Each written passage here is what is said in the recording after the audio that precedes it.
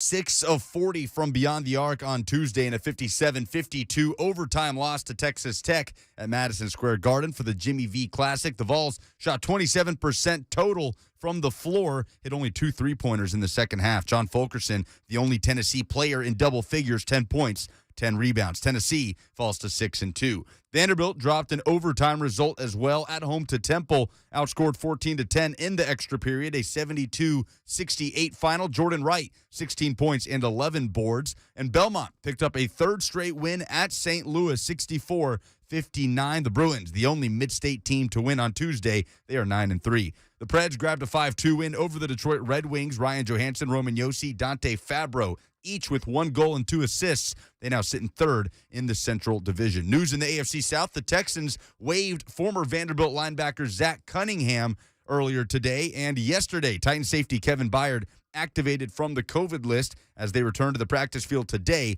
getting ready for the Jags on Sunday. For all your foundation repair and waterproofing needs, visit USSTN.com. Breaking news at once on your home for the Titans and the Vols. This is 104.5 The Zone.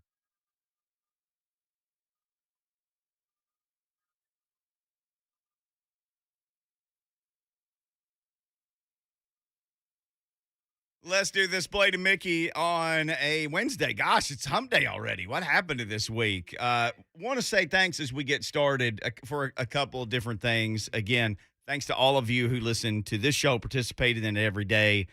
Can't tell you how much we appreciate that.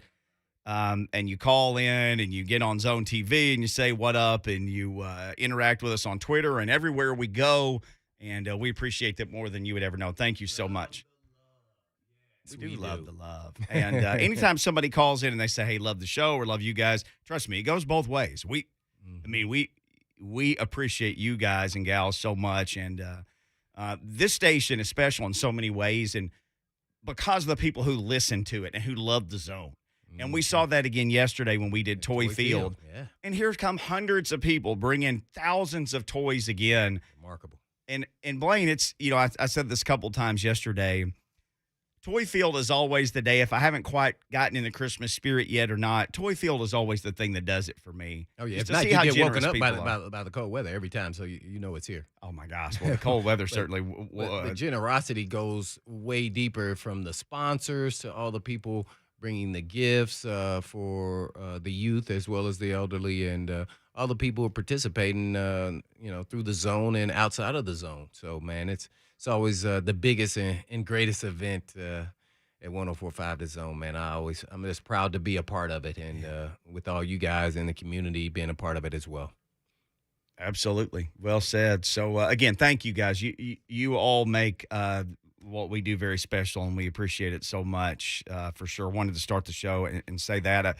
Red Brian tweeted out a picture. Jim Nance came by yesterday. Oh, Jim yeah. Nance Well, brought stuff. because he lives here. What up, Jim Nance? That's when you know it's the real It City, when Jim Nance moves here. I think he moved here like last year or so. I remember him telling us that when we had him on.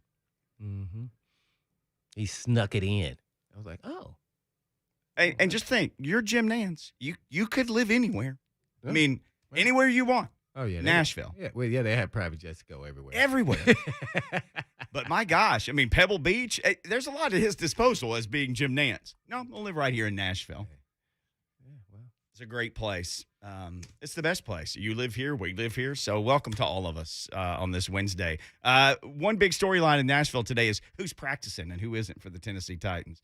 Mike Vrabel's now we'll know by the end of the show, probably by the time we start the 2 o'clock hour, we should have all they always practice during our show, so we count on the kindness of the tweets of John Glennon and Jim White and those guys to say here's who did and who didn't practice. Mike Vrabel actually ruled out Jackrabbit before practice today. And that's interesting because a couple of weeks ago, I don't even know if you remember this. Well, you mentioned in the post game, hey, Jackrabbit got hurt today. That's something we need to watch. Foot ankle. It was foot ankle he got in the New England game. Yeah, that's why he made that horrific jump inside. I was like, what is he doing? And then the guy ran around all the way outside and ran for a touchdown. Yeah, everybody else got hooked. Yeah, well, he was the savior. He's supposed to stay outside. Mm-hmm. Even with a hurt ankle. Yeah, stay outside. Even I know this. We've had this discussion a bunch. Yeah. I know defend the goal line, make them throw over you because there's another line behind you that they can't run past because it's out of bounds. These are fundamental things to help you as players to play within the scheme of what they call, but they can't actually go out there and run the plays. You have to then take it and extrapolate how to make plays and what are the play calls designed to do. That one there is a bugaboo for me, Mickey. I know, yeah. But you have the out-of-bounds line over there. It's a whole extra defender if you could just funnel him to it. Oh, yeah. Yeah. Yeah, I had this I understood angles. That's why, I always looked like I was faster than I was. And naturally, when you go to school like Ball State, you're not the elite of the elite, or you be at a Power 5 school. So we learned angles from yours truly, a guy named Rick Mentor. He was my defensive coordinator. He left my senior year and went to Notre Dame as their DC. Yeah, I remember His that. son currently is the DC for Vanderbilt. And they taught us angles, and I learned how to manipulate it. And here's how they taught us. I'm going to give it a good example. All the high schools should be doing this. And some pros, by the way, I'm not going to skip college. I would hope that they're doing this at times, especially like during spring ball and things you're trying to work on, is you push 2 wideouts out wide, and you have the quarterback in the middle of the field, and you just hike it, and you throw to them on the outside. And they, run at half speed, and they're just running. They're running. Everybody has to then drop down on the ground, do a push-up, and then run and tag in front of the player. Now, naturally, the D linemen, some of them not are making it there, but you're teaching habits. Well, the backside corner is teaching how you go get that guy on the far sideline. And everybody's going to say, oh, you just take an angle straight no, you do an L to get to him. That's how you help get that angle. You don't go at an angle. You go at an L. And that's how you get him backside corner. What's going on with that? Yeah. Oh, yeah, I kept trying to do the angle. I was like, oh, no, I can get him. He's like, you won't get him.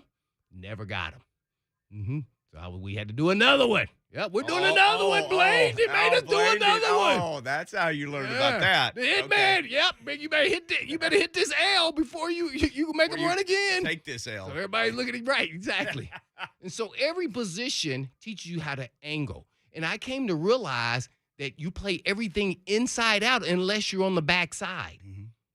And so that's how I look like I'm making the right angles. And you always hear people talk, even yourself, me included. Oh, he took a bad angle. In reality, he doesn't know angles. He's always been the fastest, and he's never learned how to take the angles at every position that's on the field. When you're, running back, the guy, stay inside out. If you're coming from the safety position, stay inside. I had to learn the hard way. Oh, I'm going to get this tackle. Oh, I saw him do a toss sweep. I'm like, oh, I'm running right down that alley. Whoop, he cut back and went all the way back to slow play is called. Stay behind the running back and then shoot the gap when he goes vertical up the field. See, you start learning all these different angles, and all of a sudden then everything becomes a lot easier. And so I don't think a lot of these guys even understand it. And I would think a guy like Vrabel, who's a fundamental coach, right, which is a lost art, which is why I really appreciate when he talks about we're going to go back to fundamentals. People think in the league that you have all those mastered. Right. They are not. And you have to continually reinforce them to the athletes because some of them lived off their ability most of the time. And now everybody is great, and you can't do that. So it's the ones who are fundamentally sound that can carry you. Let's say if you're not the fastest, you're not the biggest, your fundamentals will help you through that process. Yeah, whether it's a technique, whether it's route running. If the guy runs a 4.4, you run a 4.5. But if you're a good route runner, maybe you'll get open because that's the ones that'll last the longest. So all those things come into play. So I'm interested to hear who's going to be healthy, who's not, some of the fundamental things they did today. And to be honest, all we want to hear is the Julio practice. Let's just be honest. That's all we want to hear. If he ain't practicing, nobody else is going to make a difference that's eligible to practice. I mean, well, maybe, Jack Rabbit, he's the starter, so, yeah, who's going to be the other corner? But, hey, man, the offense needs a threat, a bona fide threat. I don't care if he gets only 5 balls. He is on the field. We can't have no threats out there. at the wide out. We know we're going to pound the rock. So whoever running back going to get the ball. But they got to have a threat. And then that'll help loosen up the coverages on the other guys maybe. Because then they'll focus on Julio. So I'm not saying he's going to come out and have a big day. I don't care if he only caught 6 balls or 5 balls. Just being out there. Mm-hmm. Man, that'll be huge. And then it's time. It's time. Remember, I said I didn't know how much impact he would have during a regular season. I said it before we got him, and I said, but where he can is in the playoffs. Well, we need to start revving that up. We got 5 weeks games here. It's December. It's time December. Let's start getting in rhythm. Let's get into the flow, get our timing down, and when we come at the end of December, we ready to rock and roll. I mean, this is it's game time. We went through the record yesterday. I said 4-1. I don't know which one they're gonna lose. I just say, hey man, it's hard to run the gauntlet, but you can. But just go 4-1 because you want to. Guess what I learned? You want to get that little bit of edge right before you go into the playoffs. So you don't want to lose it like the last game. You want to lose it somewhere where you get a little hungrier, It makes a difference. I was on a team that won 11 in a row. Won 11 in a row going into the playoffs. 11. Guess what? We got a bye, and we lost the second round to the Kansas City Chiefs. Joe Montana. We started off 1-4, learning the 46 defense, bust all over the place, coverages, not being in the right gaps, all of that. But once we figured it out, it was over. There was no way, no how that we didn't think we were going, as the Oilers, not going to play in Super Bowl versus the Cowboys. Didn't make it. Cowboys did, and they won it. And that's when Jimmy said, how about them Cowboys? Oh, no. Meanwhile, we ran through them. Wasn't that when Bud said, hey, how about blowing up this team? Yep. And I said, uh-oh, that means I'm going to get cut. Oh, you were inexpensive. They were keeping you. I had no idea I was a youngster, so, yeah. Isn't that, you said when he walked in before, then the preseason, he goes. In training camp. Yeah. And the next you know, Warren Moon's traded, so I got to play 1 year with, a Hall of Fame quarterback. Man, he was incredible. Sean Jones, William Fuller, Chris Dishman, Webster Slaughter, Haywood Jeffries, Ernest Givens. I mean, these dudes in Planet, let alone, the offensive line. They had Bruce Matthews was there. And Munchak. Yeah, and Munchak. Yep, that was his last year. His last year was Munchak's last year. Oh, yeah. my God. I was like, dang, man, we just destroyed the team. Oh, man. So 2 Hall of Fame linemen. And then I was behind the All-Pro safety and Bubba McDowell. Yeah. Who's coaching, I think he's the head coach at Prairie View right now. So, yeah, man, they had some guys. Yeah, yeah. Al Smith, middle linebacker, All-Pro. You still had Stevie J at that point, right? Yep, Steve Jackson, Darrell Lewis. Good gosh. Yeah, it was everywhere. Mark Robb, who was at that time was in his prime. I mean, Before he got beat up. Yeah. He tore his patella tendon and ACL. I mean, you guys think Byer was a ball hawk. This dude, the ball almost like it finds him. I mean, he would get tipped interceptions, spectacular interceptions, jumping up in the air, reading the. I mean, man, his center field ball skills was pretty incredible because he got drafted as a baseball player in the 12th round from Iowa State.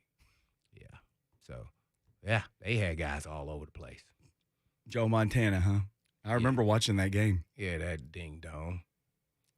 That was at the end for him. Yeah, I couldn't believe it. I mean, we dominated them in the first half, and I was like, I don't think he's going to come. I had a bird's eye view. I was on the sideline. No, I was playing. But, I got to see him, and I was like, hey, man, I don't think he's going to be able to make it through this game. I mean, one time I hit him, he was like, uh-oh. Sorry, but not sorry. But he was like Freddy Krueger. He went in the locker room at halftime, and I don't know what they gave him. They must have gave him a Toradol shot or something.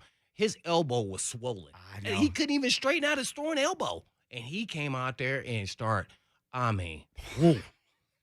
I was like, what the heck happened? Almost like he woke up or something. Oh. I don't know, man. But then he did just enough. And then Willie Davis, I remember. He caught the one-hand touchdown. Yeah. That kind of got us on Killer. He was from Central Arkansas, if I'm not mistaken. University of Central Arkansas. And then we signed him really that next year. Yeah. Hey, I was like, dude, man, I still don't like you, man. He was a good player. He had a nice run. So that was, that was tough there, man. But, yeah, man. So They got the pieces. We're gonna go back to the tight. The pieces are there. We just want to know about Julio.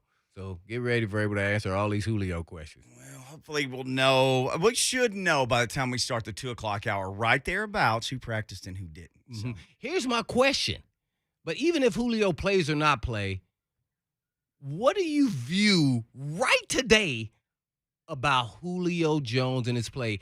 Is it fair or foul? When I say that was it a good signing or was it a bust? Maybe you can phrase it a little bit better. Well, and this, you and I talked about this the other day, and people can tweet us, and we can actually talk about this coming up, maybe 45, because we got John Brice coming up next. Maybe it's this. What would he have to do from here on out to make you say that was a great signing? What would he have to do from here on out? Because he hasn't really done. Watch this. Just stay healthy. I think all the rest will play it out. All right, so Blaine has something as simple as just stay healthy. You can tweet us. Stay healthy. Drop it in the Zone TV chat. Let's talk about that at 1:45, too. We'll do that. But let's do this next. John Brice of Football Scoop, all the latest college football news. That's coming up. Blaine and Mickey.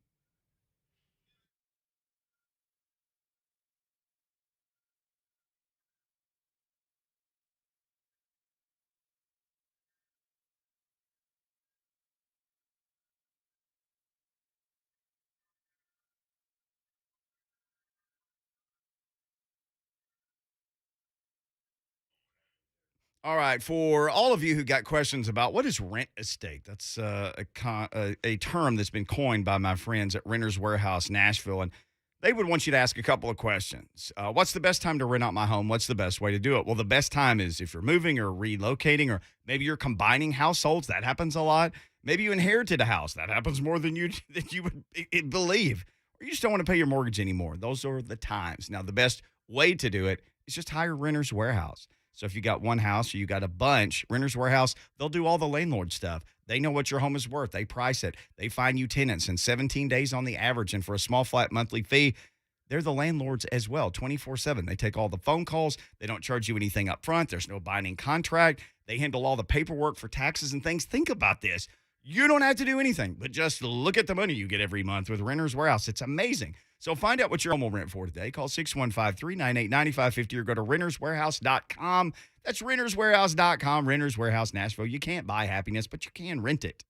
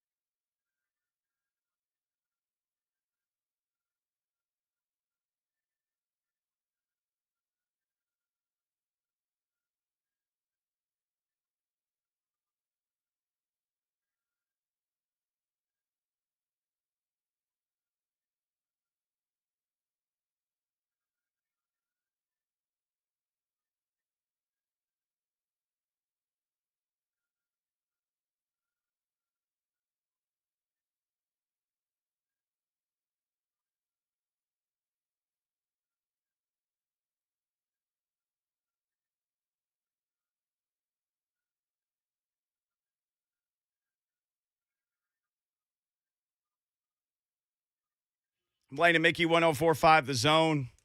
It's been a crazy offseason for college football. It's been a crazy season on the field for college football everywhere you look. And our guy, John Brice, he follows all of it. Nobody covers it better than him.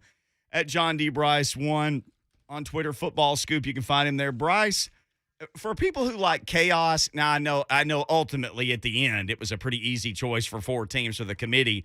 But how we got there and each week and now with all the coaching stuff, this has been a pretty crazy year.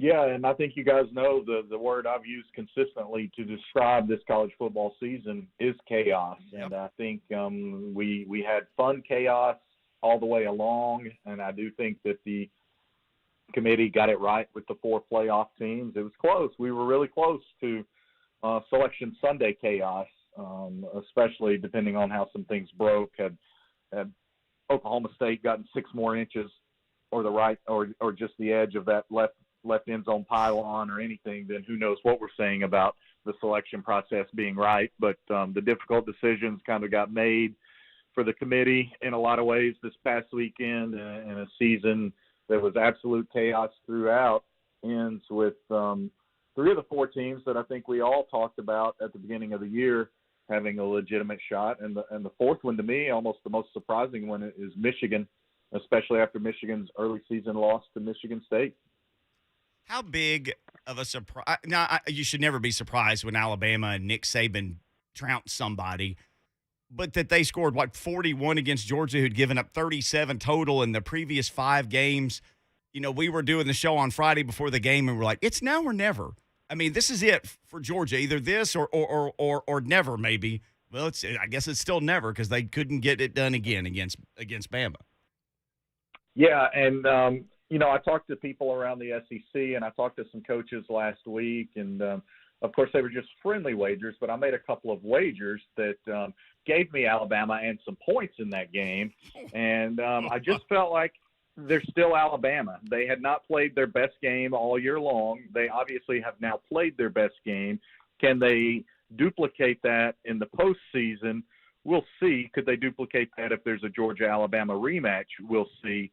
But I just felt like Alabama had not played its best game. Alabama still had great talent, still had great players, still has Will Anderson, obviously Bryce Young. So, yeah, I mean, it's a very, very deflating loss for Georgia, especially the way that Georgia started that game and seemingly had control early.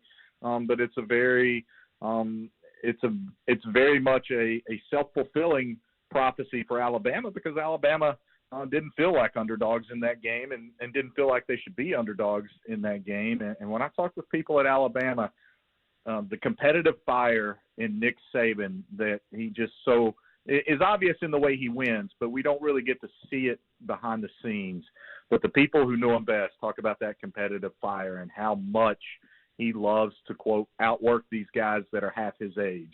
And I think that's a real thing. And I think it sharpens his focus. It sharpens his team's focus. And it's not just about being on the big stage. And Blaine knows this in far greater insight and detail than we ever could, Mickey. But it's not just about being on the big stage. It's about believing you belong and believing you can win on that big stage.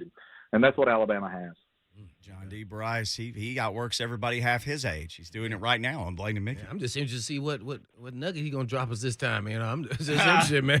I want to make sure I ask the right question. So I'm gonna start and go this direction. Virginia job and Duke job, kind of somewhat similar jobs. Maybe you beg to differ, but man, who's up for these jobs? Give us 2 or 3 guys up for these jobs, man, because I'm hearing all kind of rumors. The coaching carousel is just crazy right now. Yeah. Well, I think Tony Elliott is a primary factor in both those searches, and I think he's at or near the very top of the list for both those programs, both Virginia and Duke. And in fact, I'm told by numerous people that Duke officials were in Tony Elliott's home Sunday evening visiting with him around the same time that Oklahoma officials were in that area of South Carolina picking up Brent Venables to fly him back to Oklahoma and make him the Sooners' new head coach. So Dabo's staring at the incredibly real possibility of losing both of his coordinators, 2 of his most trusted confidants and assistant coaches of the last decade. I think Tony Elliott has been poised to be a head coach for a while. He was very hot in the cycle last year with Tennessee and Auburn, among others.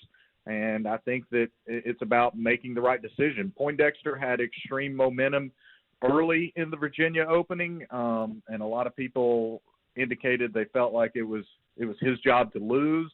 But I think that Virginia officials are being thorough in the interview process, and I think that Tony Elliott has wowed some folks with his preparation and his vision for a program. And I think Virginia is a slightly better job than Duke. State school, there's really good in-state talent in Virginia. You've got the Tidewater region. You can go recruit the DMV pretty easily. Duke, we've seen able to recruit the best of the best in basketball. We've never seen Duke able to do that in football.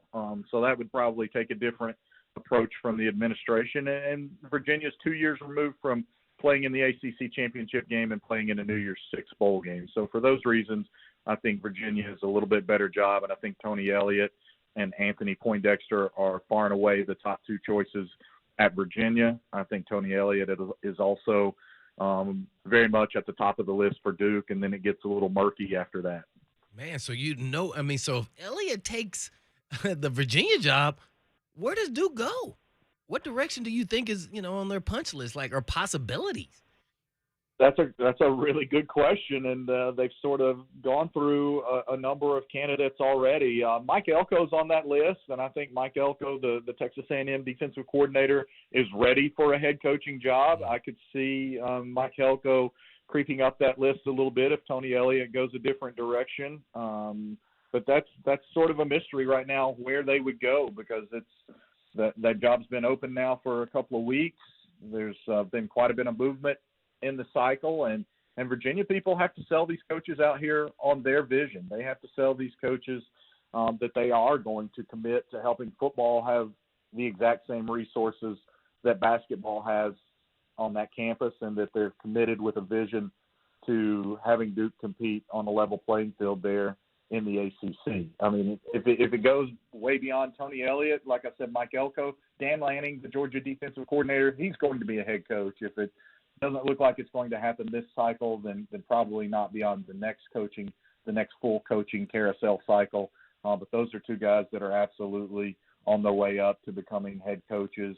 There are a lot of really good other young coaches out there that are starting to shine.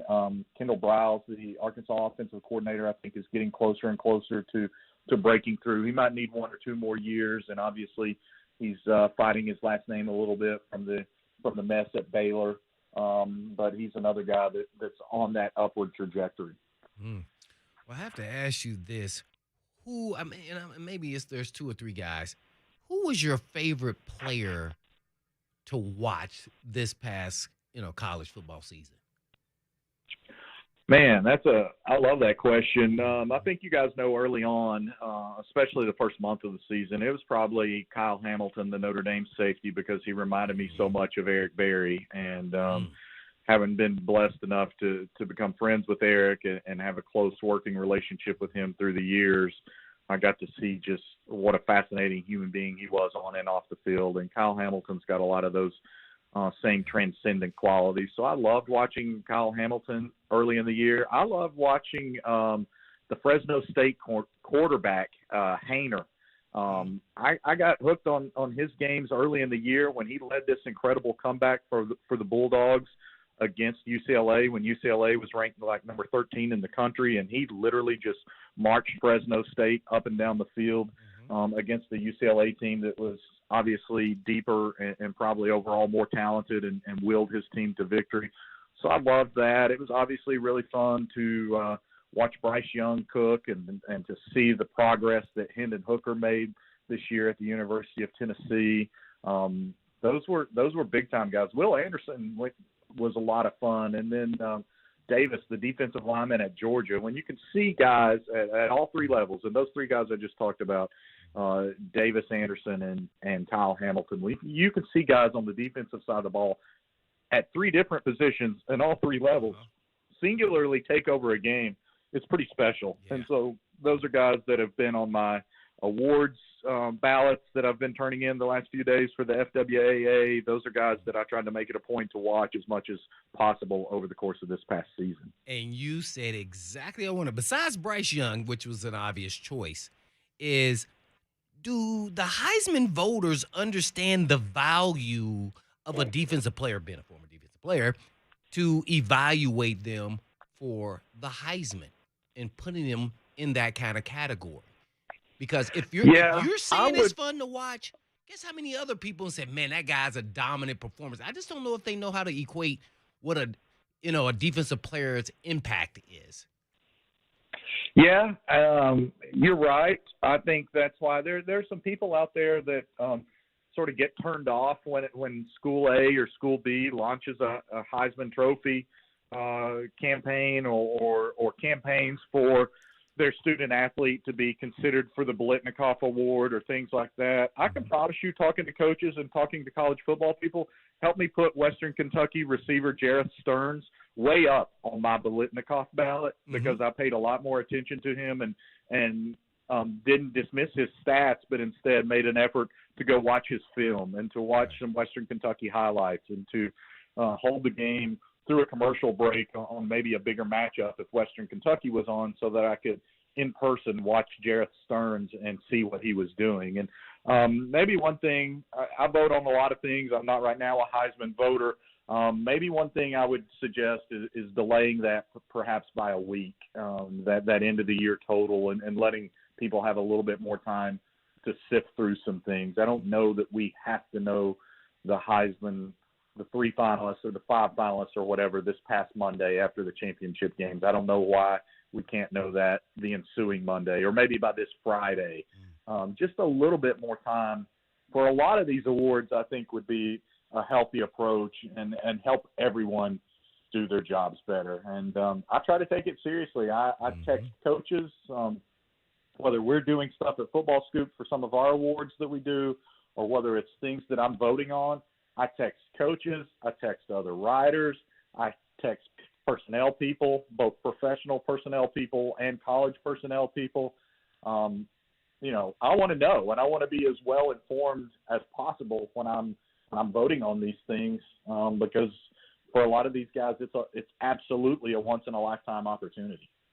We're on with John Brice, giving us college football scoop with FootballScoop. Hey, Brice, is there any rumbling out there about Hendon Hooker? I know you're based out of South Bend now, but you still got 2 feet firmly planted on the Tennessee beat as well. Is there anything about him turning pro or staying back? Any rumbling in that regard? I think it's a coin flip right now, Mickey, based on everyone I've talked to. There are a couple of factors at play. Obviously, he's going to lose Cade Mays, and Tyon Evans is already gone, and so there's some pieces there. And Hendon Hooker had a transcendent year. So there's the one side of it says you go while you have absolutely played the best season of ball of your life, and also it's not a great year for quarterbacks in this draft.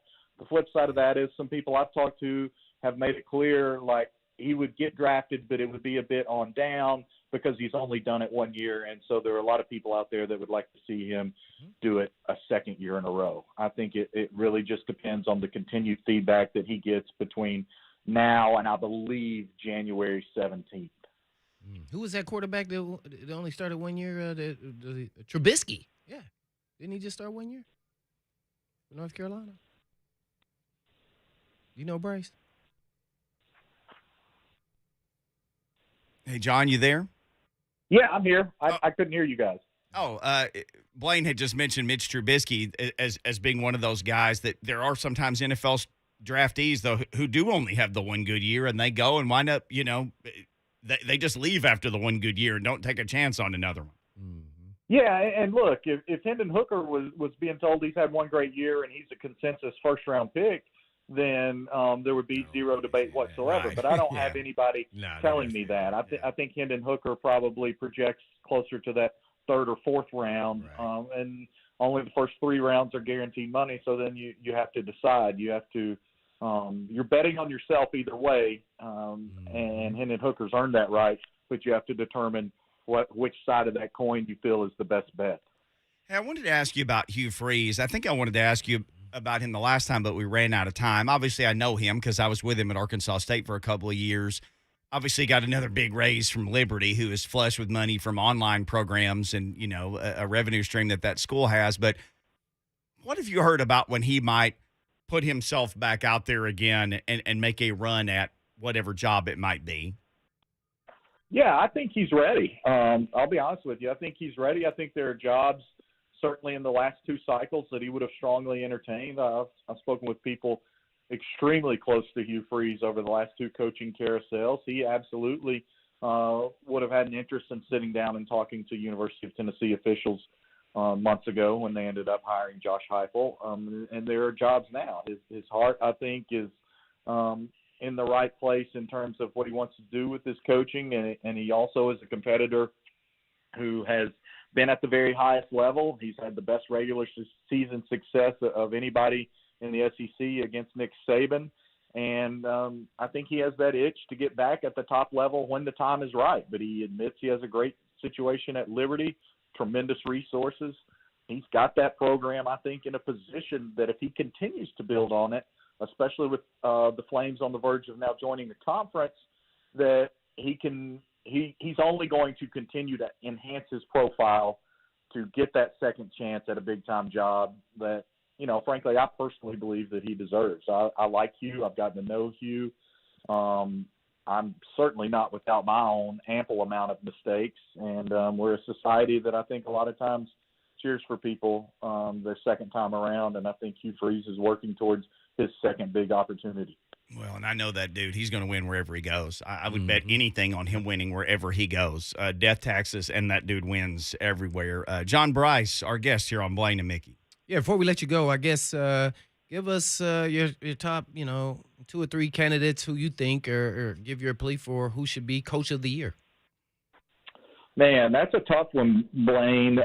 Both in the SEC and nationally, it's a tough one. And that's one of the ballots I just filled out yesterday. And I won't divulge my entire order, but I'll tell you who I had on the ballot, and it was Kalani Sitake at BYU. He's one of the best coaches in college football, in my opinion, right now. And if I was Oregon, he would be maybe my first phone call to replace Mario Cristobal. I really have tremendous respect for Coach Sitake out of BYU and what he's been able to do. I got Billy Napier on my ballot.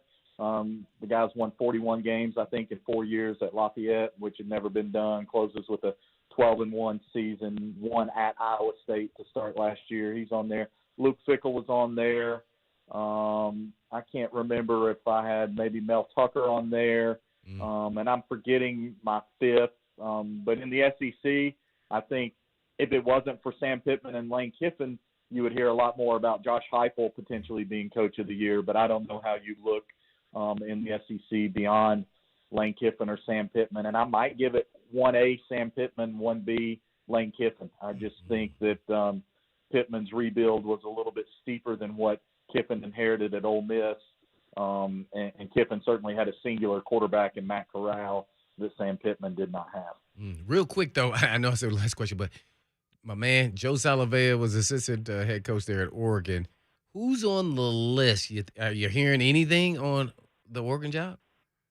Yeah, I mean, I think Sitake may be a legitimate candidate. I think Chip Kelly probably is a legitimate candidate. Justin Wilcox absolutely has traction at Oregon. Obviously, he played there. His dad's a former Oregon legend. He's already at Cal Berkeley, so he's been in the region. Those are three of the guys that I think are primary factors there. They're by no means the only three, but they're three that I've had people indicate to me can or are or will be factors in that search, and I believe it.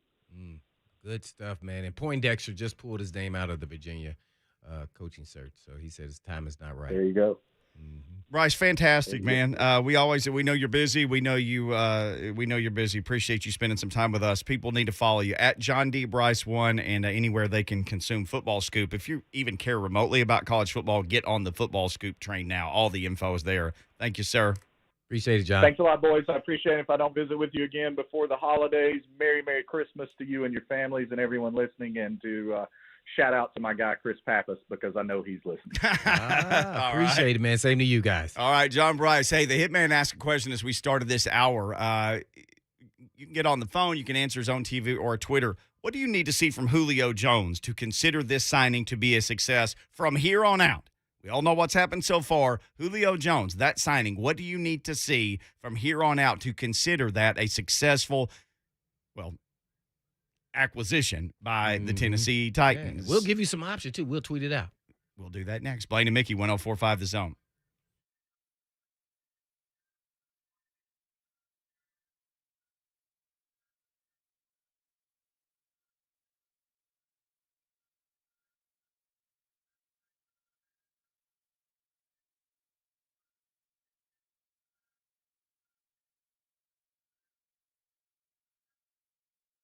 It's go time in the league. The NFL is nearing the playoffs. Week 14 gives us a big divisional rematch between the Browns and the Ravens. Those are always fun games. And FanDuel Sportsbook, they want to make it even more fun and even bigger. That's because FanDuel is going to give new customers 30-1 odds on either team to win. Here's what that means. That means you can win $150 on just a $5 bet. Call me crazy. I'm going to go with the Browns in this thing. I'm going to go Browns, but, Lamar always has a big day. FanDuel Sportsbook, they always have a big day. They make betting simple. They're always hooking you up with great offers when you win. They pay you in as little as 2 hours. And right now, FanDuel hooking up all customers with $50 when you refer a friend. Plus, your friend's going to get $50 too. FanDuel is America's #1 sportsbook, and it's time for you to see just why. Sign up today. Use the promo code Mickey, MICKEY. You could win $150 on a $5 bet. You do need to be 21 or older, present in Tennessee. New users only. $10 first deposit required. Must wager in designated offer market. Max bonus $150. Bonus for Tennessee users filled in site credit within 72 hours. Tennessee site credit expires 14 days after receipt. Restrictions apply. See full terms at sportsbook.fanduel.com. And if you've got a gambling problem, call the Tennessee Red Line at 1-800-889-9789.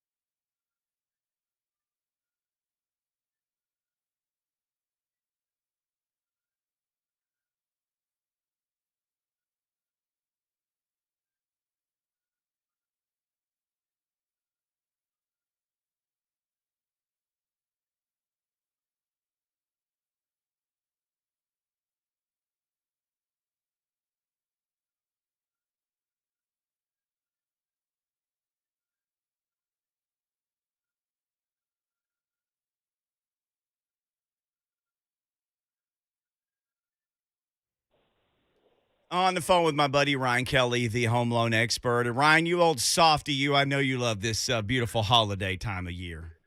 We do. We work hard through the holidays, but we also have quite a bit of fun. And just finished off our big whole company end of the year Christmas party.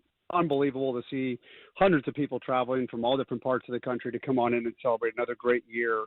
Record numbers of closed volume, but more importantly, just taking care of our clients and so many people that we put into homes, we refinance, help them save the money. We get a little softer this time of year, I would have to say, at the Home Loan Expert. And it doesn't mean we don't work as hard. It's just we want to do some more giving back. We want to take care of our clients, all that. So right now, if you're in front of a computer, still got some time.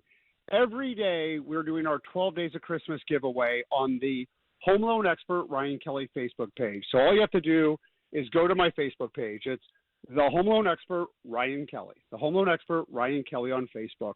And every morning at 8 a.m., we ask a question.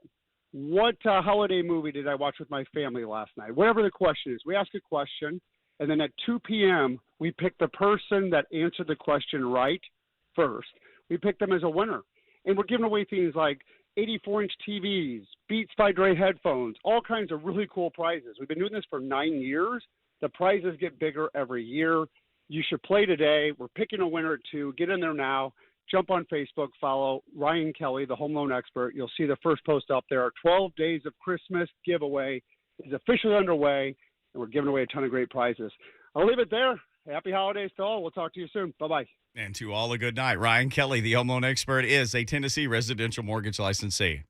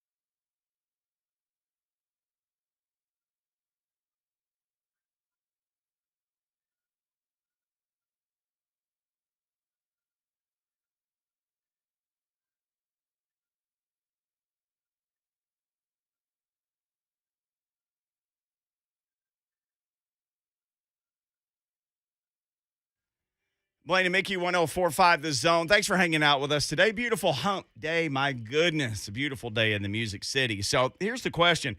By the way, lots of video out right now from Titans reporters. Here's one from Ben Arthur. It is a video of none other than Julio Jones practicing for the Tennessee Titans. As we started the show today, Blaine, we were discussing scenarios and what Titans fans really should want to see this week, and you said, I'm just going to stop you. What they want to see is Julio Jones practicing. That's what you wanted to see. He is practicing today.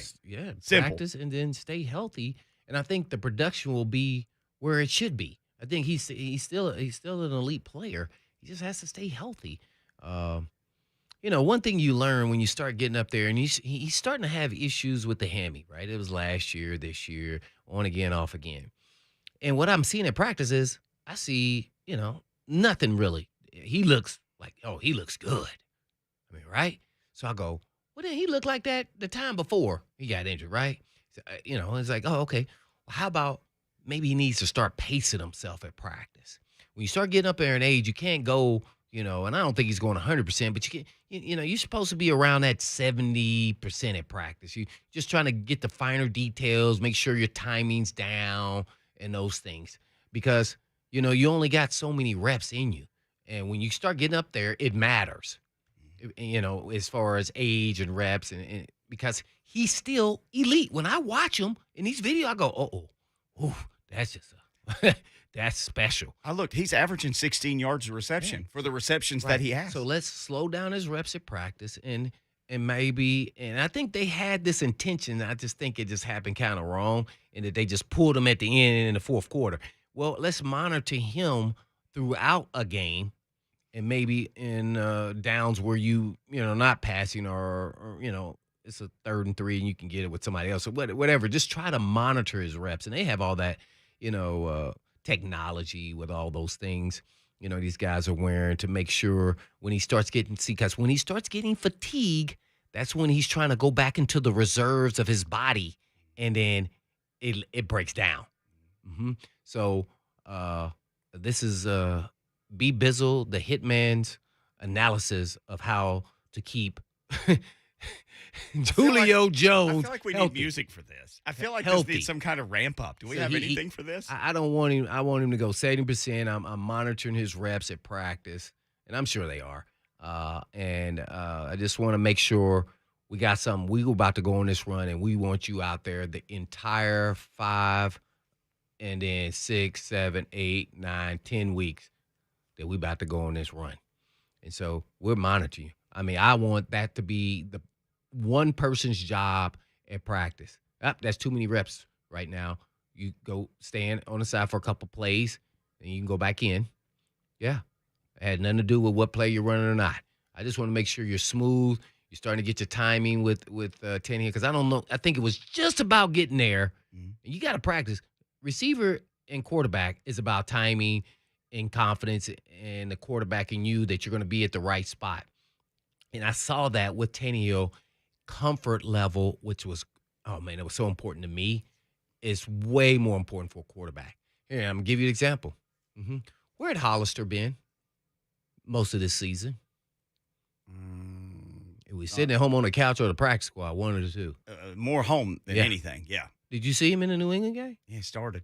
Yeah, didn't he? I felt like he got more targets than anybody on the team. And I like the guy. I didn't even think he's your guy. I like his size. I like the way he runs route. Guess who else likes him? Tannehill. He was targeting him to a fault, even when he wasn't open, because he was comfortable with him when he was at training camp with him. Mm-hmm. So if Julio's not available at practice, you're not going to continue to gain that confidence and that you're going to be at the right spot and the timing. And sometimes things change in a game and right while you're running your route, and you got to know this. He got the second most targets in the game. He wasn't on the team the week before, essentially. See? Yeah. See? Yeah. And he had the most targets. Yeah. And they can say, oh, well, we called. No, it wasn't about that you called plays for Hollister. I'm sorry. If somebody told you that's not true. There's no way they took a guy off the street and said, we're going to call more plays for him, the NWI, and everybody else is on the team. Right. It's been here. So, yeah, there's a comfort there. and they got to get this. And the only way to get it is for him to stay healthy. And they were getting right there. They were getting close to getting it. So then the coordinator can decide, okay, this is what fits Julio best as far as route combinations for what he runs best as his talents are displayed. Because sometimes I wonder if he's in I feel like sometimes he's in a West Coast offense. They got him running these short routes. And I feel like, okay, that's like a tight end, like, but we need him in space and let him use his size and length and speed versus, guys my size. And, his athleticism, it's even deal. If they even, I'm throwing it up there to Julio. Sorry, he's going to win 9 out of 10 times. There you go. This has been #Hitman's Health Tips. Yeah. There you go. Yeah, because I wish Philly would have listened to me, and then I probably would have still been healthy to play another 3 or 4 years. They was like, I said, I'm going by, they said, Blaine, you practice? Yeah, I'm going by 80, 70, 75, 80. Nah, we need you to go 100. I said, I never went 100 practice with Coach Fisher. We're not, you're not there. It says Eagles, not Titans. I said, oh, man, I don't know if I'm going to have enough left in the tank, man. You want me to go hard every single play at practice, every single one. I said, I like talking about what our combinations are, how we're going to play it. I'm going hard, but I'm not going 100%. Right. And now we got to do that. Okay. I said, I'm going to run out of gas. Watch. Never tore a muscle before in my life. Growing. Bling. Oh, I bet that. Right in the game, too. Yeah, I heard of LeVon Kirkland. That's who I heard of. That was a big human being. And it said, blop. Oh. I said, uh-oh, something not right. I felt like I just ran in quicksand. So that's what I'm giving all the things that I say. I'm giving him advice because he's such an elite player, much more than I was at my position, that he probably feels like he can just still go 100 miles an hour at practice for the next 2 or 3 years, and it's not going to bother him. Well, let's look at your history last year and this year, and for whatever it is, you're straining your hamstring, and it's been an issue the last 2 years. Right. So you need to slow it down, buddy. Right. Do something slow different. It down. Yeah. You got to try something else.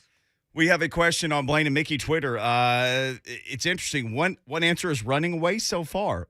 My answer is different than the one that's running away. What do you need to see the rest of the season to consider the Julio Jones acquisition a success for the Titans? He stays healthy.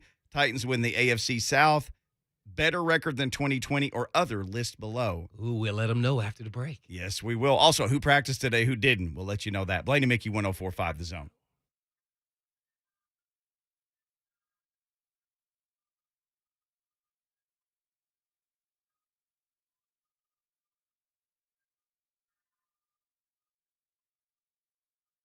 Out there and you're a man or a woman, you're over dealing with hair loss. How about this as advice? Stop doing nothing and do something. And I say that because there are a whole bunch of people out there who are dealing with this. And maybe you just hope it'll stop, or you can find some home remedy. Or maybe if you just stop looking, you'll stop noticing it. But you can't, because if hair's falling, then it's going to keep falling. Well, here's what you can do. Instead of doing nothing, you can do the ultimate something, and that's get with PAI Medical. PAI Medical, right down the road in Brentwood. They do fantastic work. They have the nicest bunch of human beings working there, and they're only committed to one thing, and that's helping you keep the hair that you have and putting the hair back that you've lost. That's it. That's their only goal there. And like I said, unbelievably awesome people at PAI. So if you're over dealing with hair loss, give yourself the gift of hair for Christmas. It's a great gift if you're losing your hair. Do that. You can start your looking around today. Go to WeGrowHair.com. That's their website. You can see all the things they offer, and then you'll love it, and you'll call them, and you'll make an appointment, 615-376-6010. That's the number for PAI.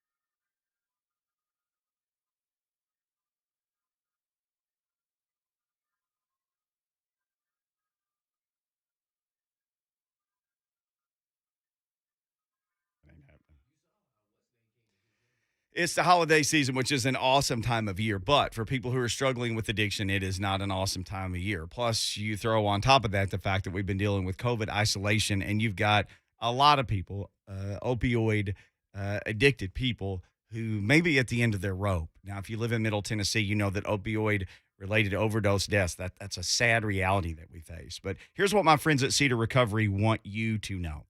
There's no shame attached to this. It could be any number of ways that people found themselves going down this road. But my friends at Cedar Recovery want everybody to understand that addiction is a treatable disease just like any other. And they are there to help people feel better, get better, and stay better. They have an addiction treatment program that works. And during the holiday season, my friends at Cedar Recovery want everyone to know that it's time to come together and help people who are struggling with opioid addiction. If it's you struggling or you know someone who is, call Cedar Recovery today. 615-800-5330, or you can go to cedarrecovery.com. Cedar Recovery, addiction treatment that works.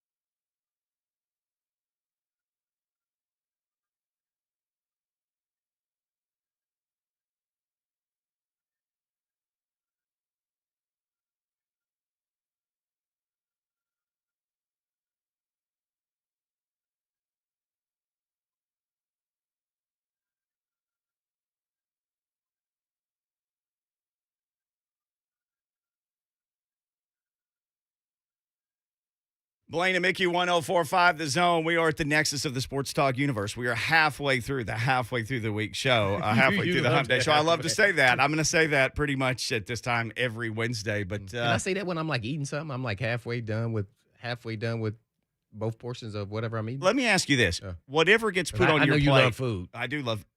I've had to stop doing this. What? And you had a strict mom. I know how you talked about her. Yeah. Uh-huh. Did you have to eat everything on your plate?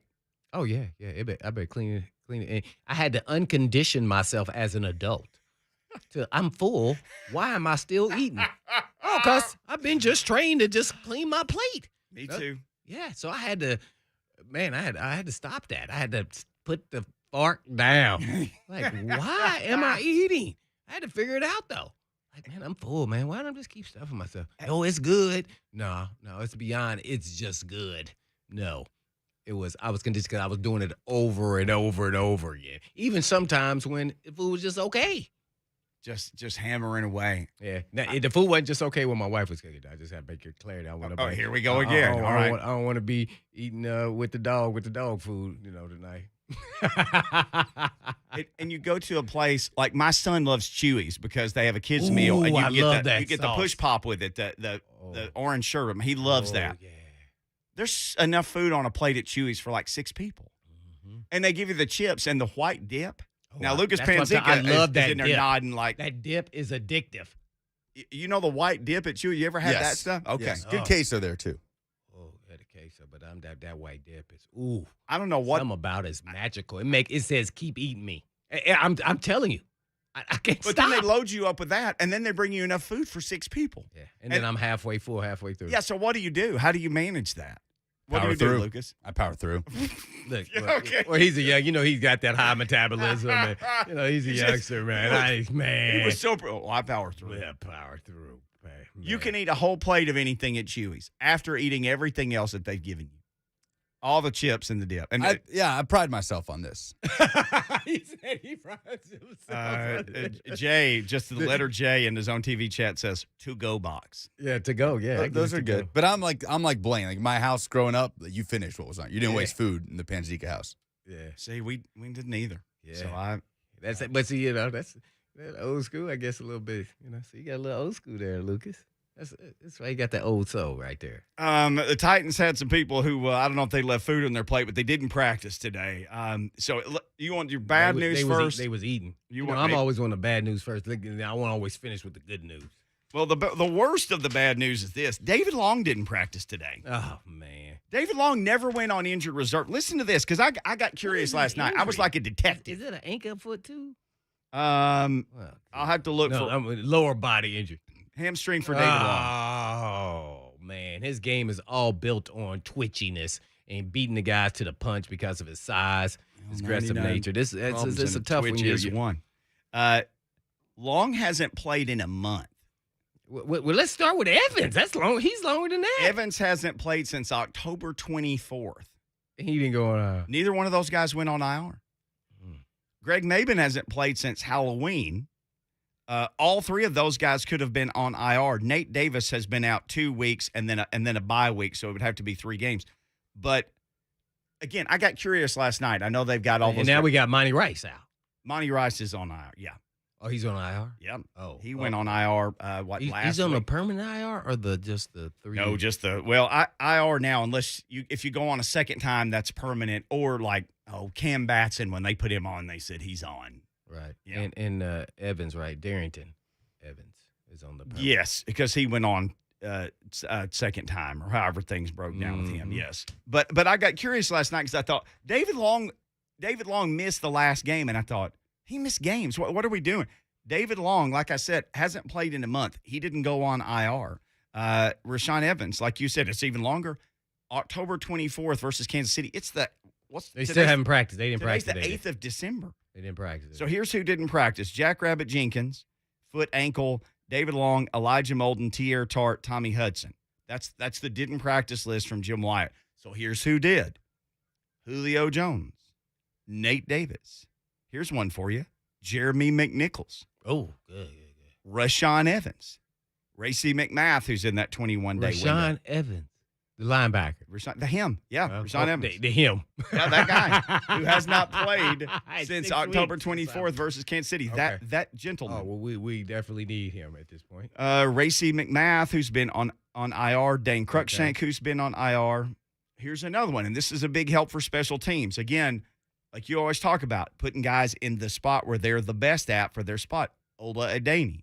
Oh. Who's the depth guy as a pass rusher, but he's super important as a special teamer. I think he's up for a special team Pro Bowl. Yeah. He practices. And here's another one for you.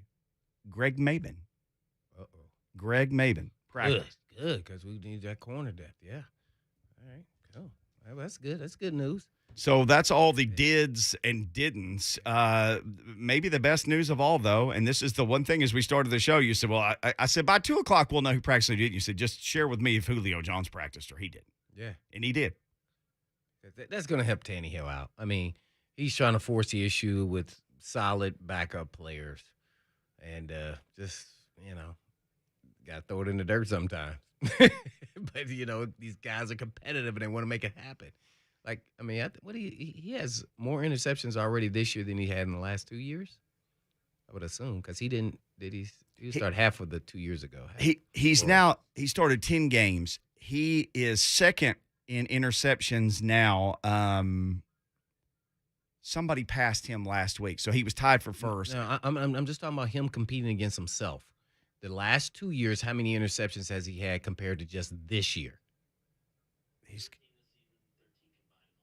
See, that's what I'm getting at. 13. Because you're always competing. You said, don't measure yourself with other people. You're only competing against yourself. You got to be the best version of you. If you're always chasing to be Aaron Rodgers or Tom Brady, you'll come up short. You're not going to be them. You're not them. Well, the point I was making with the 13 is he's been nowhere near the league leading in interceptions, and he was first until last week. Oh, well, that's he got still a passed great on the point, bye though. week. Still a great point, though. Because his whole thing has been like never big numbers. It's just been how efficient he's been. Right, and that's his stick. He's just been so, he throws it 24 times, but it's what he does in those 24 throws. Not making mistakes. And this year it's been more about mistakes. Well, I think it's because it's a combination of all things. That's why we went through that whole scenario. Who's more to blame? Ultimately, it's him. I'm sorry. You can say, oh, it's the coordinator. Oh, it's the receivers who are running the routes. And well, don't throw to him. Throw it in the dirt. Throw it at his ankles. So what is incomplete? Well, not an interception. So, I mean. You talk about competing against himself. Yeah, this is his highest interception total since 2013. It's 2021. Well, when you're looking back at these seasons, you're talking about throughout the full season or at this point in the season? No, the whole season. Uh-oh. He had 13 as a rookie, which he's equaled. He had 17 in his next year. After that, he's never had more than 12. He had 12. He had 12. He had 12. He had 9. Then he had 6 for Tennessee and 7 for Tennessee. And now he's got 13. The most interceptions he's thrown in a year since 2013. And he's nowhere near throwing as much as he was in Miami. I just, wow. Well, and part of the strength for Ryan Tannehill and what he's so good on the Titans is he manages games. You can't really manage games if you're turning over the ball. Right. Yeah, his efficiency. Yeah, no doubt. Yeah, dang. That's tough. His Blaine, guys, this here you go. You know this hurt me because I like me some Tannehill. The year he threw 17 was the year he threw the most passes. He had 588 attempts, and he threw 17 interceptions. The year he threw it the most, he threw the most picks. That was his second year in the league. I know you don't know how many passes he's thrown so far. Yeah, I do. What is that? He's thrown 389.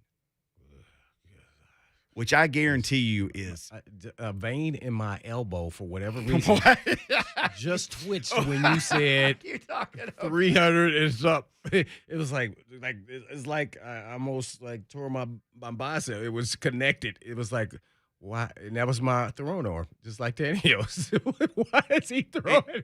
That's how it bothers me. Like, and 389 places him 15th in the league in pass attempts, behind Heineke from Washington, who's 14. Jared Goff is ahead of him.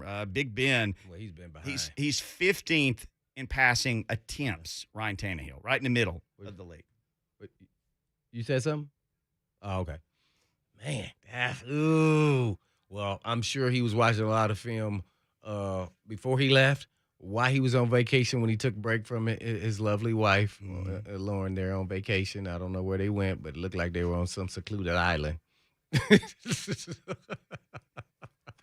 And he's regrouped and he's ready to rock and roll. Let's hope so. And go back to the old Tanny time. Mr. Efficient. I know that's what I want to see.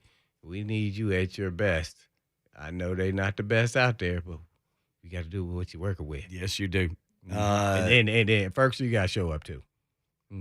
Yeah, he should be the security blanket. He's not. That hurts me. It does. Maybe he got more secure in this bye week. He's offered more security. We're going to lose our security if we don't take a break. When we come back, Jordan Dajani to talk NFL headlines on Blaine and Mickey. Or Dajani.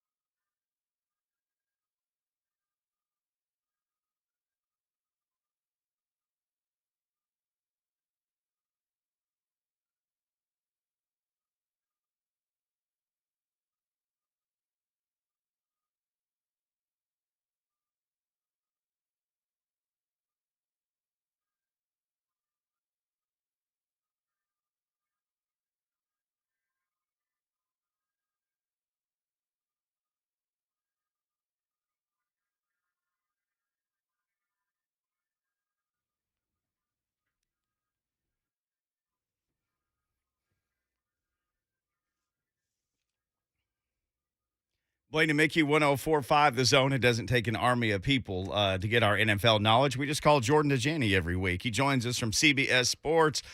Jordan, how are you doing on this beautiful winter Wednesday afternoon? How in the world are you? Hey, what's going on, guys? I'm doing well, living dreams. The NFL season is slowly coming to a close. Still a lot of storylines to dive into, but having a lot of fun, man. Hey, absolutely. Hey, you know who had some fun today? Julio Jones. There's video and accounts of him practicing for the Tennessee Titans. Hey, man, that's pretty darn good news. How about that? Yeah, I think that's great news, considering that A.J. Brown was recently placed on IR. I saw those videos as well. You can definitely see the wrap on his hamstring. So we'll see how long it takes him to be activated to the active roster, see if he can make a difference coming in. It'll be kind of interesting to see if he's going to start and A.J. Brown is still not on the field, how the offense kind of changes with him being the new number one.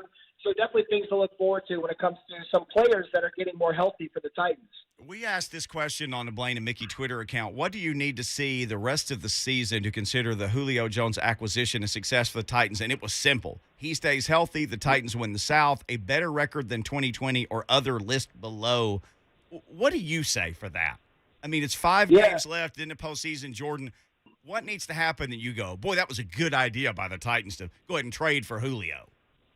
Yeah, that's a good question. I got to agree with the staying healthy part. I think that's kind of bottom line, though. I'll take it maybe just a little bit further and say that, you know, I would like for him to be the veteran leader that the Titans traded for him to be, for him to show up in some spots. He doesn't necessarily have to go for 100 yards every game, of course. I think everybody understood that he was coming in to be the number two. You know, he's a veteran at this point in his career. But I would like to see him, you know, kind of show up on spots. And he's done that. We saw that big game against Seattle. We saw him make a circus catch against the Buffalo Bills.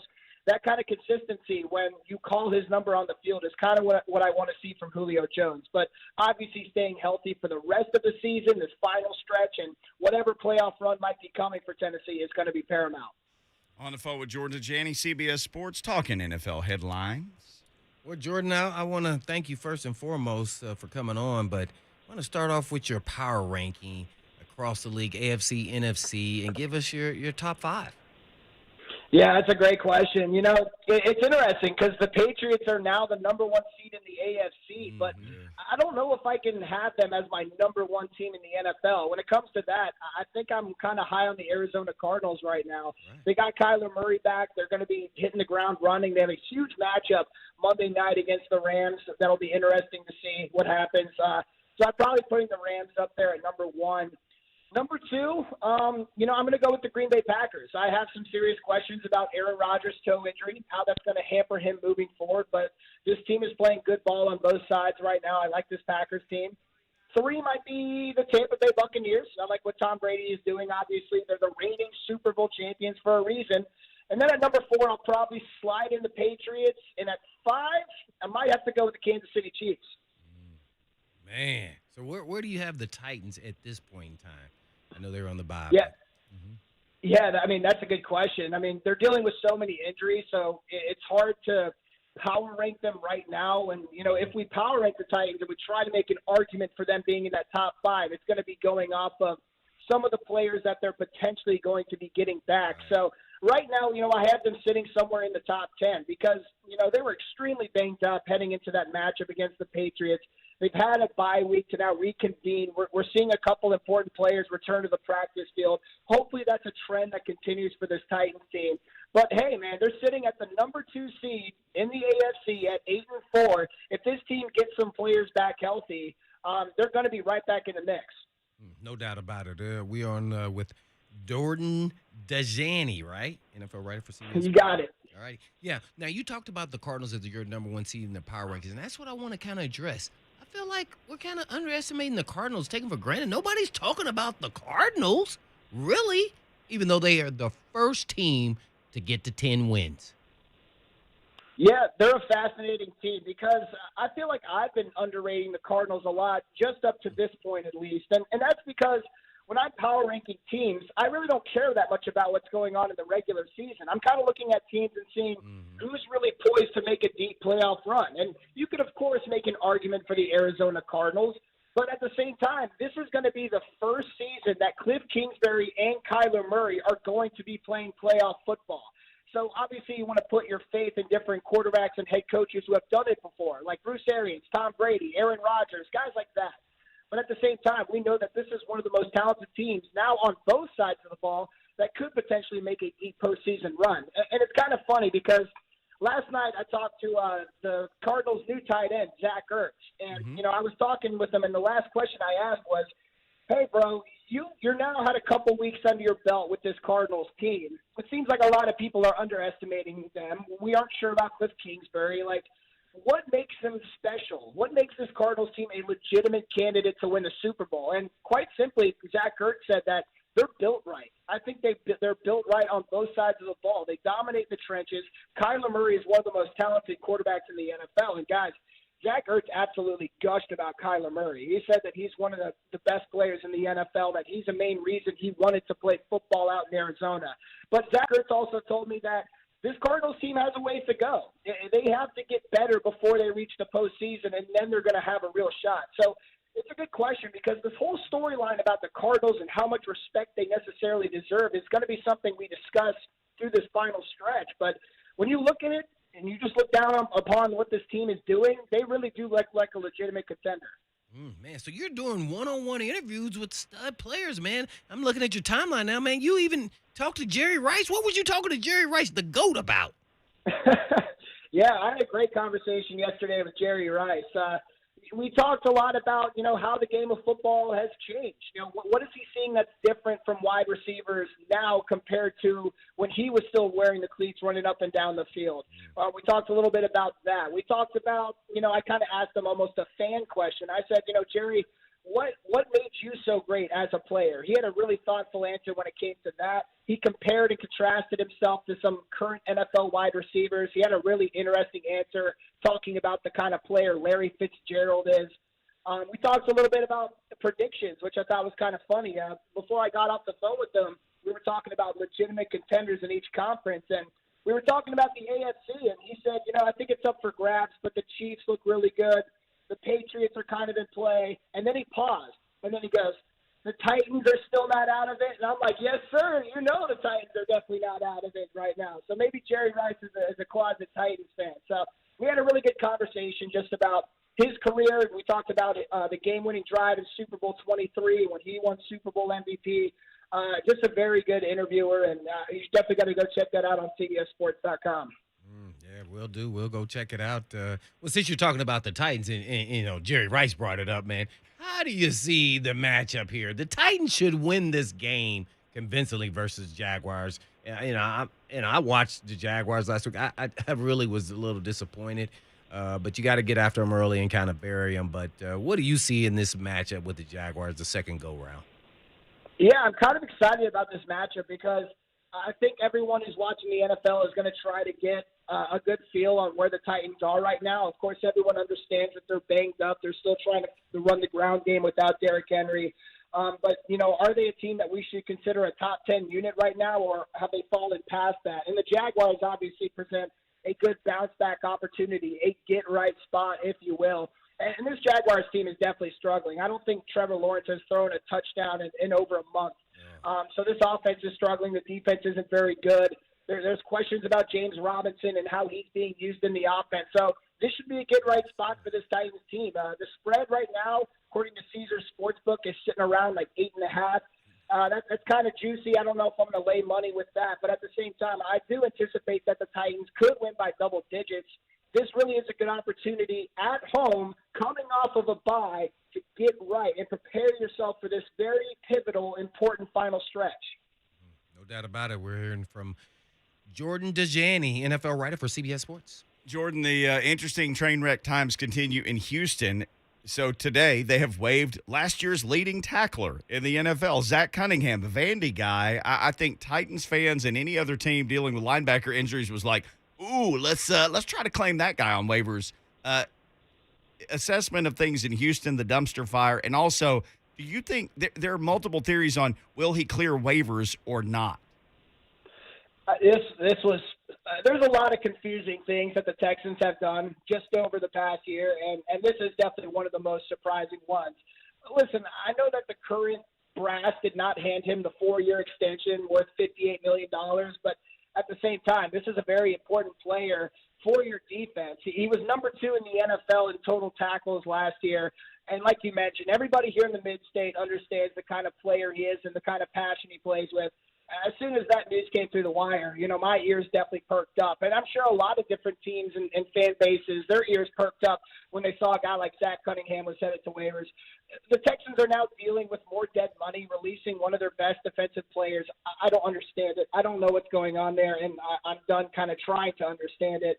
It'll be interesting to see if they can kind of get it together and what kind of roadmap they want to establish for themselves when it comes to this franchise at large this offseason. But I'm confused as well. Now, as for Zach Cunningham hitting waivers, in my mind, as soon as this went through the wire, I was like, okay, he's going to be claimed. There's no doubt about it. But, I've definitely seen some things on Twitter from guys who work for overthecap.com, people who I trust with the blue check mark, saying that there's a $10 million injury protection for next year. I think that maybe that'll go into in terms of arguments against why a team should claim him off waivers. Waivers have been really weird this year as well, so nothing's a given. But, again, I think this is one of the more talented players at linebacker in the NFL. He's a tackling machine. I think he's somebody that a lot of teams are at least going to give a look to. Jordan Dajani, our guest here on Blaine and Mickey 104.5 The Zone.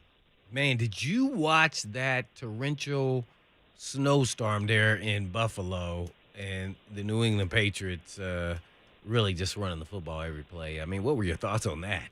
Man, that was crazy. Yeah, I'm glad you brought this game up. First of all, it was very interesting. I kind of loved it, to be honest with you. I don't remember watching a primetime game that was so affected by the weather as this one was. I know I'm pretty young, but just in terms of a primetime game, divisional matchup that everyone was watching, just over the past couple of years, I don't remember anything like this. But I also want to say this. How much can we really take away from this win? I mean, we all understood that the Patriots could run the ball better than the Buffalo Bills could. We understood this coming into the matchup. We also understood that Bill Belichick was the better coach and that he's also very good in these kind of situations where weather is dominating the matchup. We already knew this, and the Patriots were able to eke out a win. In my mind, I really thought the Bills were going to win that game. I had money on them, and I felt great about it until that final 3rd and long, 4th and goal, whatever it was, towards the very end of the game. I don't know what we can take away from this, except that they're a very well-coached team, and we already understood that. So they have a rematch coming up in a couple weeks. That's going to be an interesting game to watch. I'm still waiting for a scenario where Matt Jones is playing in a very tight game, and he has to undertake it upon himself to win the game with his arm. That's the kind of one thing I'm looking for when it comes to trying to gauge the ceiling of this Patriots team in 2021. That's why I don't have them in my top 3 of my power rankings just yet. I was hoping that was going to happen against Buffalo, but obviously the football gods had different plans. So, again, it kept the Patriots win streak alive. That's important as they head into this bye week. But at the same time, I really don't know how much you really can take away from what happened on Monday night. No doubt about it. Great point there, Jordan. I guess I'm going to go on the Bills side then. The Bills, are they in trouble? I mean, because they have a tough schedule. If you look at the remaining schedule, like, man, this is a really good team. But, man, I think they play the Bucs next in Tampa Bay. I mean, man, then you come back with New England. Ooh, this is going to be tough sledding for these guys. Yeah, you should definitely be worried if you're a Bills fan. Looking at the playoff picture, which I seemingly always have up on my computer screen, they went from a top 4 seed, a division leader, to now the very last seed in the AFC that makes the playoffs if the season ended today at number 7. They're the last possible playoff seed right now in the conference. As you bring up, they play the Tampa Bay Buccaneers this Sunday. That's going to be a very important matchup when it comes to trying to gauge what this team is possible of, especially on the defensive side of the ball as well, because I'm sure you saw that contentious press conference after Monday Night Football where the players were asked if they were embarrassed about their performance and the fact that the Patriots were able to run A-gap 100 times and find their way to the win column. So I'm interested to see how this defense is going to bounce back, especially without their star cornerback, Tre'Davious White, who's out for the season. Now, looking at their schedule, they play Carolina the following week. That's probably a win. Then the rematch with New England, which is going to be important, and then the Falcons and the Jets. So, in my mind, I'm pretty confident that Buffalo is going to make the playoffs, whether that's going to be as a division winner or a wild card. kind of leaning wild card right now, but that's still yet to be determined. But at the same time, you look at the playoff picture right now, as I mentioned, and they are teetering. So they are going to have to finish the season strong if they want to be the legitimate contender we all hypothesized they would be coming into this year. Good. We're on with Jordan Dajani, NFL writer for CBS Sports. Hey, Jordan, is Mike Zimmer going to survive this year, or did the loss to the Lions put the nail in the coffin? That's a good question because I feel like the nail's been in his coffin a couple times and it never came to fruition. So not sure about that just yet. It's hard to gauge this Vikings team. I mean, they really struggle when it comes to consistency on the defensive side of the ball, much like the Pittsburgh Steelers have as well. But I mean, that loss to the Lions was just pretty heartbreaking in so many different facets. I mean, the fact that they went down double digits early is just gross if you're a Minnesota fan. And the fact that you try to mount a comeback and try to pull off the win and then get beat by Jared Goff on what was a game-winning drive, that's just a gross way to lose. So, you know, I feel like I just felt like Mike Zimmer's days have always been numbered in Minnesota. So I think to answer your question, we have to look at what happens towards the back end of this schedule. I mean, right now they're not that far out of the playoff race. They're sitting at 5-7, but technically they're the number 9 seed, and you have to get up to number 7 to make the postseason in that wild card spot. So to answer your question, we're going to have to watch to see what happens over these next 5 games. Is Matt Nagy's seat the hottest in the league, though? It has to be, right? Vegas says Oh, it is. yeah. It's burning. It's burning. I can feel the heat from here. Okay. You're roasting marshmallows on your seat. Jordan, Absolutely. hey, man, fantastic stuff. Always love catching up with you. People need to follow you at Jordan Dajani, Dajani, and they can also check out all your work at CBS Sports. And always appreciate you checking in, buddy. We'll talk next week. Yep. Happy holidays. Absolutely. Happy holidays. You guys are the best. Really appreciate our weekly segment. Oh, us too, Appreciate for it. sure, man. Jordan Dajani, I always love having him on, and you do need to follow him. Always good information with the Twitter account there, and a good and he engages with questions, too. So anytime you got NFL questions, you can hit him up there. You can hit us up. Last segment coming up. We have a question out on the Blaine and Mickey Twitter account. What do you need to see the rest of the season to consider the Julio Jones acquisition a success for the Titans? Several people have weighed in. Several people have cast their votes. Talk about this next. If you want to jump in line, Mark Spain Real Estate Hotline open 615-737-1045.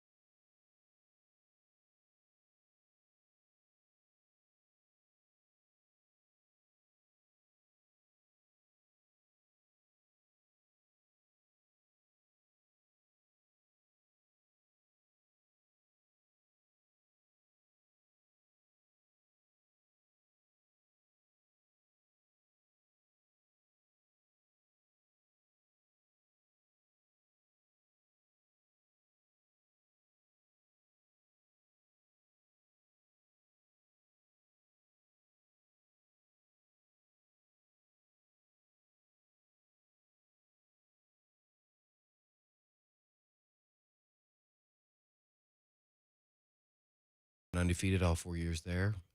Even yours truly, Jason Whitlock, was a player there as well. There's a laundry list of guys, though. So this guy was, he was. Yeah, he's really good. Karlaftis is second-team All-American. David Bell was actually a first-team All-American. Yeah, I knew he was first or second. He was first Yeah, team. he's bad. Yikes. Like I said, he might win the Blitnikoff. I mean, I don't know if he will, but I would say he should over Bama guys or who else? Ohio State guys. This guy, he can run the route tree. He can run short routes. He can make something out of nothing. He's a vertical threat, and there's two different ways you look at a receiver. He's a vertical threat, which means he can run deep patterns and catch the ball. He's also a catch first guy, which means he can catch it in a short window, quick and fast, and make people miss and then get vertical. So he has both combinations, which really in the National Football League, it's kind of what Derek Mason was. He could do both. People, he's not fast. Well, he keeps running by people. He's catching deep ball. Right. But he already had the short, route running because that's what, he was a returner. That was his forte. So, yeah, this Bell kid is he's elite. He's really good. Nobody here is watching a lot of Purdue football, but you go back and watch his highlights, you go, ooh. And every time they upset somebody, he was the main factor. And I'm talking about making guys miss in open field, some really good players. So, yeah. It's funny. I was looking back at Purdue. Now UT should win this game now. Sure. They weren't favored, by the way. I was assuming that they would be, but they weren't. Well, they started out as 3-point dogs, but then people started betting like crazy, and now where are they as favorite? They favored last I saw was 3.5. I'm gonna check right now. So it's literally a 6-point swing from where it started. I wonder. First team All-American, Blitnikoff Award finalist. I don't really know what David Bell would have to gain by playing in the Music City Bowl, right? I wouldn't recommend it to play either. I mean, if you're his going to be wink, wink, but not for sure, not yet, wink, wink agent, who I'm sure that guy would be like, hey, man, I know you love your school, what? But let's don't do that. Yeah, you're not playing in the Final Four. No. Hey, man, I'll fly you to Nashville and you can walk around with me, but you don't need to go on this trip. Yeah, you can stay on the sidelines. You can stand on the sidelines. This is Purdue's first bowl game since 2018, which I think was also coincidentally, wasn't it also the Music City Bowl? I believe that's right. I think so. Yeah. So they haven't played in a lot of bowl games. Drew Brees, they've had some great players over the years, but just never – they've had nice runs and a couple of nice seasons, but they just never like have this run that goes for years and years and years. So this was a really good team for them to get bowl eligible. And again, 2 All-Americans, goodness gracious, on the team. And I got a local kid there who'll be playing. He plays a receiver too, T.J. Sheffield. You went to Independence High School. Yeah, that's right. I remember that and thinking, wow, that's down here recruiting Middle Tennessee. He was good. I got to do a few of his games. Mm-hmm. Yeah. Here's another good receiver, Julio Jones. He plays in Middle Tennessee for the Tennessee Titans. We asked this question: what do you need to see the rest of the season to consider the Julio Jones acquisition a success for the Titans? So this was simple. We were trying to figure out what would we put? So he stays healthy. Titans win the AFC South. Better record than 2020 or other list below. So here we go. Better record than 2020 is like distant last place on this. Okay. 5%. 14% right now for Titans win the AFC South or other list below. 67% literally just say if he stays healthy. Yeah, that's where we are. Because they know he'll produce. Yes. And he's going to be a factor.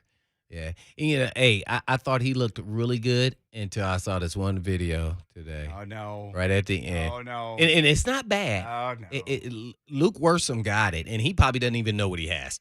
Oh, my God. He knows. Just kidding. But he ran a curl route. And when I saw him having to use and I'm assuming the leg that is strained is the one that has the wrap or the, girdle, white, girdle underneath that you can see, is he didn't trust it yet. He didn't plan off of it and come back strong off of it. He kind of babied it. Now, he may have not thought he did it, but I did, because he didn't put that foot in the ground. And even when he turned after he catched and he took off, he didn't explode out of it. Now, that could be because he's not ready to do it yet. But from my view, it just looks like he's not quite trusting to let's go full go, which he should be. Remember, I said you should only be going half speed or so, not half speed, but 70%. But other than that, all the drills, he looked like, okay, if this is a build-up to having confidence in what you can do out there, even an 85% Julio Jones is still better than anybody else. As long as you don't make it worse. Right. You know, those hammies, man, those things are up and down. Jeremy weighs in on Blaine and Mickey Twitter. He says, basically, here's what would make this a good acquisition. He said, literally any type of sustained production. I get the locker room argument, but at some point it has to be more. I guess him meaning like being an experienced guy in the locker room. Vols to the Wall says he needs to entertain me on game day, perform, help the team win. Yeah. Jason says this. It was a bad trade, and there's no way around it. I'm not gonna go that far unless he just doesn't contribute pretty much here and into the playoffs. Because I really believe, and when I say things, I really believe it in my heart that his acquisition is only what's gonna make a difference in the playoffs. Now, did you want him to stay healthy and all those things, right? But now is the time he needs to start pushing down this road of being and staying healthy and contributing small piece by piece by piece each and every game. And the next thing you know, he's back to Julio. So only he knows, and hopefully he believes that he's the Julio Hall of Famer, Julio. I think I don't doubt guys like him, man. Oh, I doubt his hamstring. I know that music means we got to go. We can get into this some tomorrow. I think they need to go farther than last year, and he needs to be part of it. I think they need to go farther than last year. I agree. That to me, that's it. If not, why do it? If not, why make the trade? Right, yeah, that's it. All right, that music, we hear the guitar solo of the Eagles. That means we got to go. Time for us to check out on this hump day. Yeah, on Wednesday. And as always, Mickey, we love you guys, but peace.